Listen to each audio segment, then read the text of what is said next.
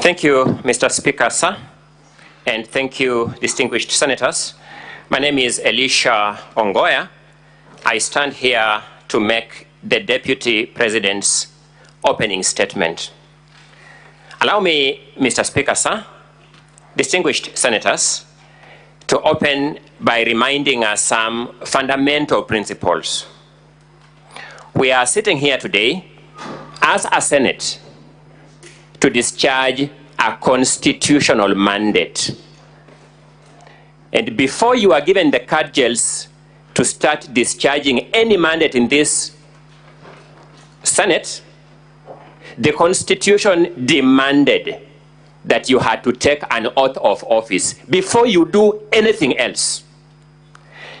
I now understand better why that oath of office was prescribed and why it was framed the way it was framed.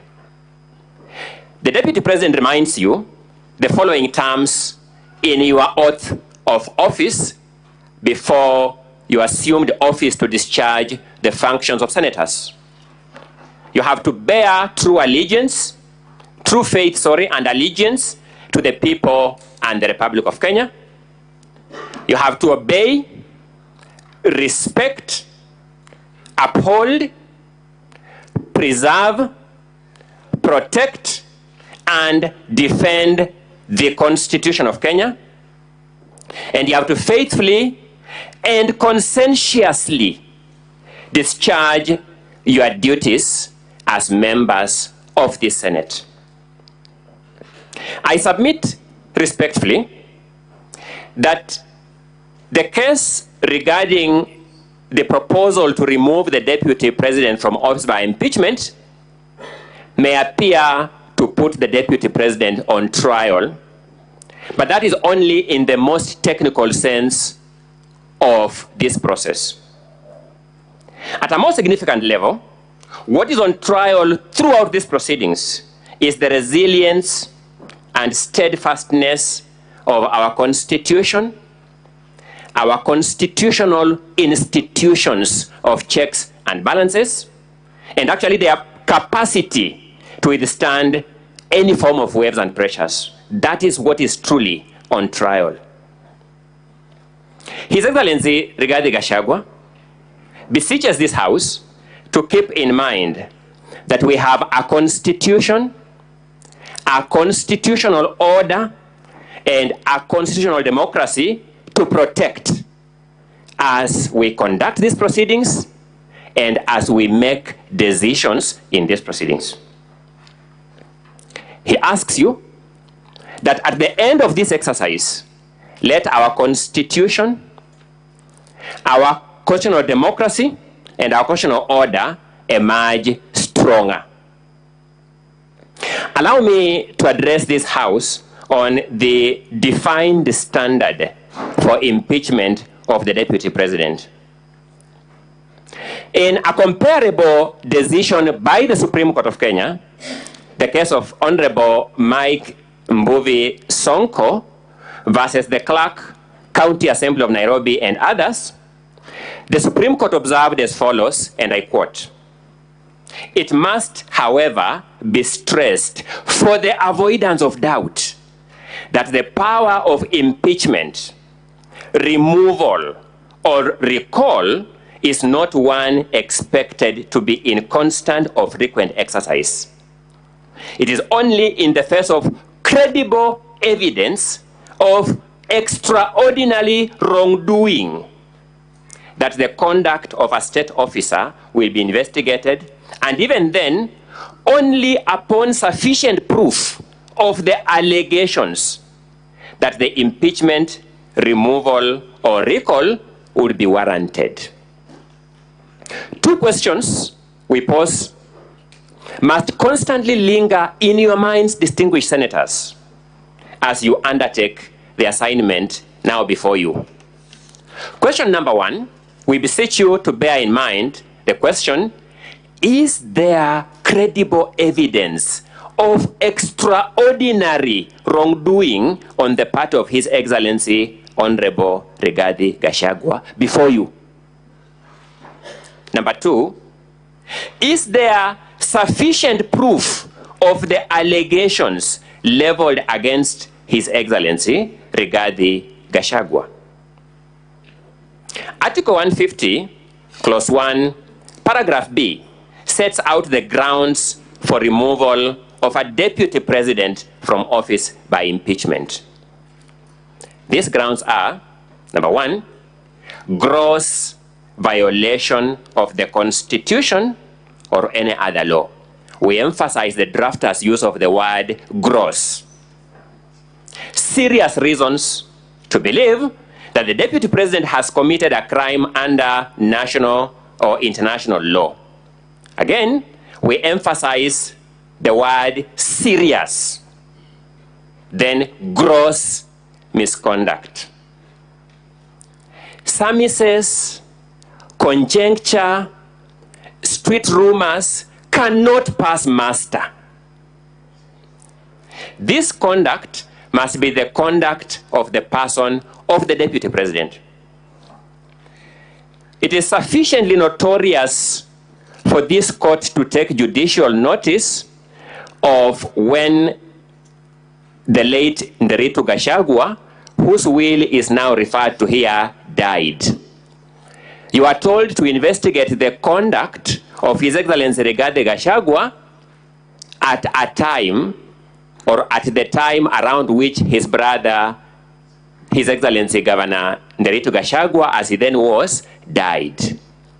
It is sufficiently notorious that His Excellency Rigathi Gachagua was not Deputy President of the Republic of Kenya. But that's not enough.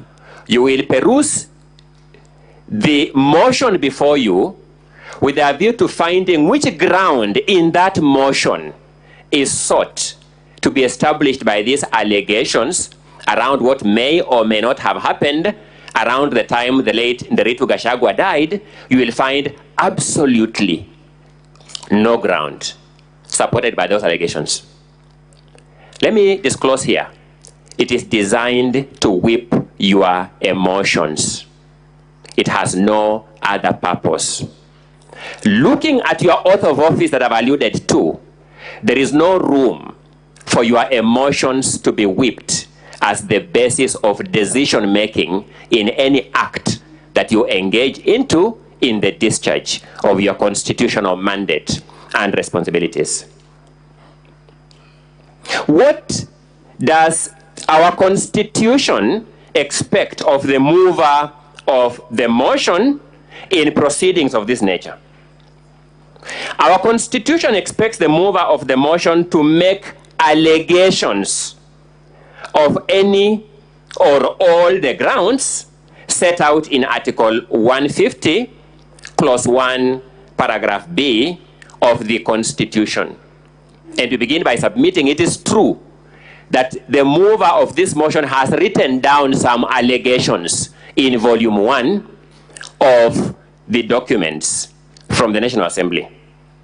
Secondly, the mover of the motion is thereafter expected to supply credible evidence of an extraordinary wrongdoing and sufficient proof of the allegations against the Deputy President. Mr. Speaker, sir, distinguished senators, we submit that is where the mover of this motion ought to start having problems with this House when he's called upon to account. It is the submission of His Excellency Rigathi Gachagua that the motion now before you has fallen short of the threshold set by law by multiple miles. When you examine the material before you, you will discover that it will oscillate between the following categories of stages. One, you will have material before you that just plainly false. Then from falsehood, it will go to the ridiculous ones. And I'll demonstrate that shortly. There will be ridiculous claims here. Then finally, it will end up into embarrassing claims. Allow me, in the few minutes I have, to just do a sneak preview of some of these claims so that we have an overview of the case that is before you. At paragraph 74B of the first volume, which is the impeachment motion, you will find an allegation of this nature, that His Excellency Rigathi Gachagua has influenced his family members, allies, associates, and proxies to take control of a local cooperative society in Madeira, which they are financially hemorrhaging. Number one, no name of any family member is supplied in the allegation or in any of the evidentiary documents before you. No name of any ally is supplied in the motion or in any of the documents before you. No name of any associate is supplied, even a false name, none, is supplied in the motion and in the documents before you. No name of any proxy is supplied in the motion or in any of the documents before you. The name of the alleged circle is not identified. You can imagine, Mr. Speaker, sir, distinguished senators, being called to defend yourself on a claim that you have taken over through your associates a circle that we don't know. Told, now come and defend yourself. I began by saying some of these claims are either ridiculous or embarrassing. Secondly, at paragraph 74A, you'll be told that His Excellency has connived with cartels in the tea sector to block the Kenya Tea Development Agency from implementing guaranteed minimum returns that would benefit tea farmers. No statement, no affidavit, no correspondence from any official of the Kenya Tea Development Agency is before you. No complaint to any agency, no complaint to this parliament by any official of the Kenya Tea Development Agency is before you. It's just a claim which the mover of this motion said before the National Assembly, and surprisingly, to those of us who have some residual faith in our institution, he told the National Assembly, just believe my word for what it is.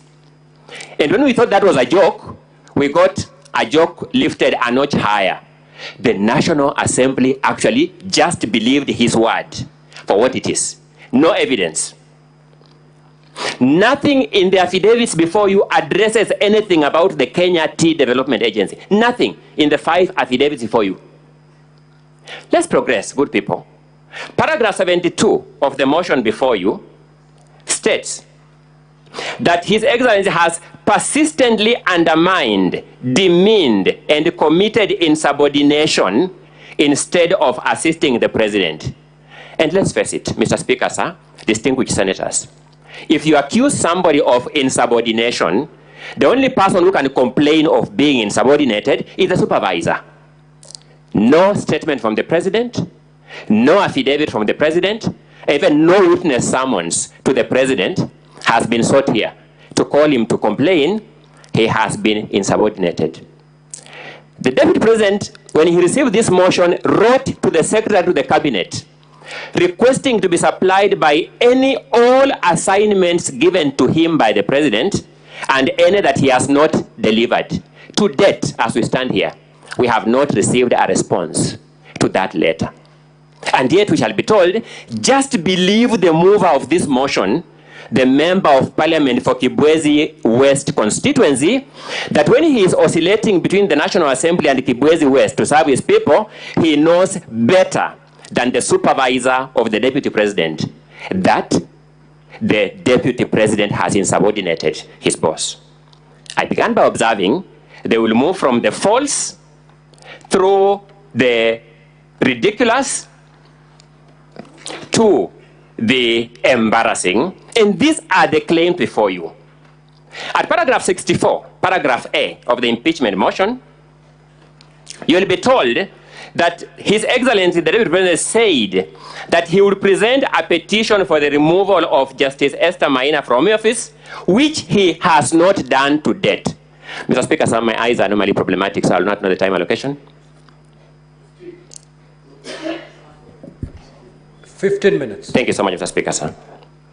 The claim is that His Excellency publicly said that he would present a petition for the removal of Justice Esther Maina from office, which he has not done to date. That's the complaint. Evidence is before you that there is a pending complaint by His Excellency, the Deputy President, before the Judicial Service Commission. So the mover of this motion first has perjured himself in his affidavit by saying that each of these facts are correct, when this fact is false by evidence available. You will find that paragraph 34 of the motion before you, it says that His Excellency falsely threatened to file a petition for removal of Justice Esther Maina. How can the Deputy President be accused of falsely threatening when in fact he has filed the complaint? Where is the falsehood when there is a pending complaint? That complaint is before you in the Deputy President's documents for your own perusal. I began by saying they'll move from the false through the ridiculous to the embarrassing. At paragraph 78C, you'll be told that His Excellency routinely summons procurement officers in ministries and state institutions and instructs them to direct procurement of goods and services in a specific manner. No officer from any ministry will swear an affidavit claiming to have been summoned to award any procurement for any goods or any services in a particular manner. In fact, what you'll have before you is actually very ridiculous. You will be told that there was a tender for supply of mosquito nets that was cancelled in May 2023. Then a local company that was an agent of the supplier was following for the return of its bid bond in July, 2 months after the cancellation of the tender. How can you influence a tender that was cancelled 2 months ago? I told you it will move from the false through the ridiculous to the embarrassing. Now, the more interesting one is at paragraph 78A. You will be told that His Excellency bullied Kenya Medical Supplies Agency officials into awarding a tender for the supply of mosquito nets to Crystal Limited. Good people, Crystal Limited was not even a bidder for that tender. He pressurized people to award it to somebody who is not even a bidder for that tender. I observed it will move from the false through the ridiculous to the embarrassing. Those of us who understand this motion for what it is, understand why these panel beating maneuvers are being tried here. The motion as presented and approved by the National Assembly will remain in our constitutional history as the most embarrassing motion ever approved by a House of Parliament in the Commonwealth. We respectfully submit.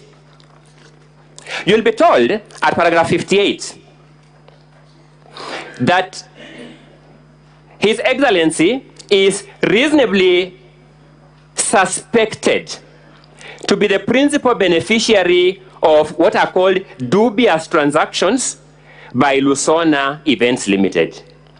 You will then go to the allegations on Lusona Events Limited and you want to see those transactions, how are they terminating to the Deputy President? You'll not come across any connection. They'll just say, a director of this company withdrew some money from his own company. The Deputy President is a director. None of his family members are director. That person withdrew money from his company, bought a motor vehicle in his own name. The mover will say, I'm therefore drawing a reasonable conclusion that the Deputy President is the beneficiary of this. Good people, the word reasonable has meaning known to law. I submit very respectfully that this falls short of the definition of the word reasonable suspicion. I submit it actually gravitates towards unreasonable suspicion. Now let's look at this.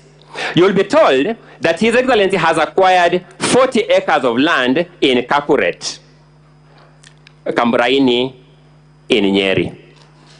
Evidence before you will show that this is land that the deputy president, in fact, bought from a current member of the National Assembly. So he knows that member.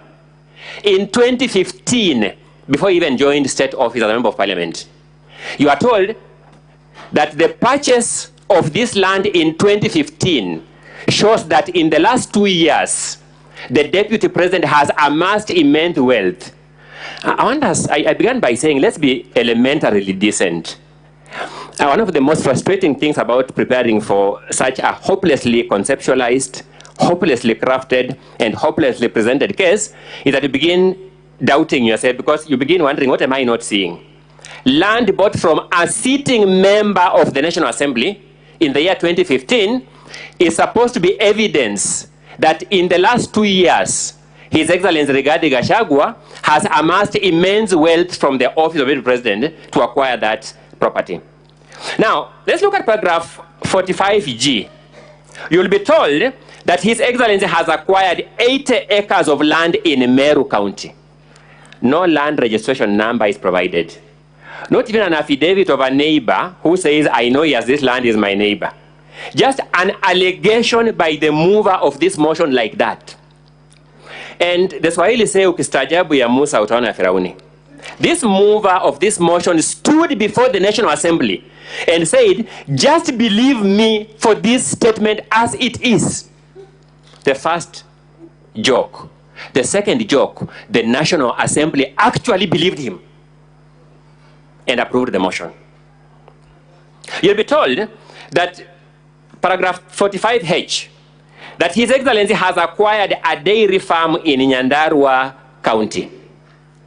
Now, I guess we all have a common understanding of what a dairy farm is. His Excellency has no dairy farm in Nyandarua County. The move of this motion does not give us any evidence of this dairy farm in Nyandarua County. You'll be told that His Excellency has used the office of the Deputy President to corruptly influence unnecessary and expensive renovation of his official residence in Karen and Mombasa. What will shock you is this, good people. The contract for the renovation of the official residence of the Deputy President was signed by the controller of State House. Unless the move of this motion wants to make a claim that the Deputy President conspired with the State House to have this contract executed. Number two, it will be known to all of us as members of Parliament that the money for renovation of this official residence was approved by the National Assembly. Is the National Assembly conceding that it approved money for unnecessary expenditure by government? How can the National Assembly approve money for use for renovation of the residence of the Deputy President, then after that money is used for the intended purpose, the renovation of the official residence of the President, now drag the Deputy President for impeachment for the reason of that renovation? I said it will move through the ridiculous to the embarrassing. You'll be told that the Deputy President has a helicopter landing facility at his land, Ruguru, Kiamariga, 1223 in Madeira. The Deputy President simply has no helicopter landing pad on that farm, a small parcel of land with napier grass, unless the mover of this motion can now convince us that new technology has emerged, that napier grass is the constructing material for landing pads for aircrafts. That's the only way it can make sense. But because it doesn't make sense, good people, you'll agree with me, it moves from the false through the ridiculous to the embarrassing. Now let's deal with it. You'll be told the Deputy President has amassed a wealth portfolio amounting to 5.2 billion shillings. Elementarily, we must then look at the particularization. Tell us which one is what, plus which one is what, plus which one is what, to amount to this 5.2 billion. This figure, the origin, is only known to the mover of this motion. There is nothing on the body of the motion There is nothing in the documents attached to the motion. There is nothing in the video clips to be played by the move of this motion that tells us mathematically how he arrived at this figure of 5.2 billion shillings. Then when the charges were read, distinguished senators, you had some 22 companies being read one by one. Thank you. 22 companies. A number of things will surprise you. You'll just find a company listed called Spiritway Limited. Nothing in this motion tells us what wrong has this company done. Nothing in the motion, completely. It just listed there the way it is. Fortis Vis Group Limited. Nothing in this motion tells us what wrong has Fortis Vis Group Limited done. They're just companies whose names have been listed, and we have spent the taxpayers' money this afternoon listening to these companies' names being written with nothing in this motion telling us. So what wrong has Dorcas Rigathi Foundation done? What act are you complaining of for that company? What omission are you complaining of in respect of that company? Heartland Supplies Limited, you just find a name of a company there. No wrongdoing is alluded to it. No allegation is made against it. They're just companies thrown there. Distinguished senators, the Romans called their assembly, which was the equivalent of this Senate, the patres. It was an advisory council. That name was derived from an old Latin word meaning father. Senate derives its name from the Latin word senex, meaning old man. All these words are supposed to address the sagacious, the state of wisdom of the Senate. If this Senate lives true to its historical origin as the patres, if this Senate lives true to its Latin origins as the senex, the old man, the wise man, it will see through these lies, it will see through this ridiculousness, it will see through these embarrassing statements. If time were to permit, I will take you through other allegations that meet the same test of falsehood, ridiculousness, and embarrassment. Fortunately for us, the rules of procedure permit us to cross-examine the move of this motion and the respective witnesses as a way of bringing forth these lies much more clearly. We shall do that when the time presents itself. At the end of it all, we shall beseech you to do two things: to be true to your oath of office as senators, to be true to your oath of office as senators, to pour through this evidence, to listen keenly to this evidence, to make a decision premised on the evidence as tested here in cross-examination. And if you do that, we have no doubt in our mind, you will reach the same conclusion that what has been presented before you as a most consequential motion, perhaps in our lifetime, is false, is ridiculous, is embarrassing. I rest the governor's opening statement. That is the Deputy President Council.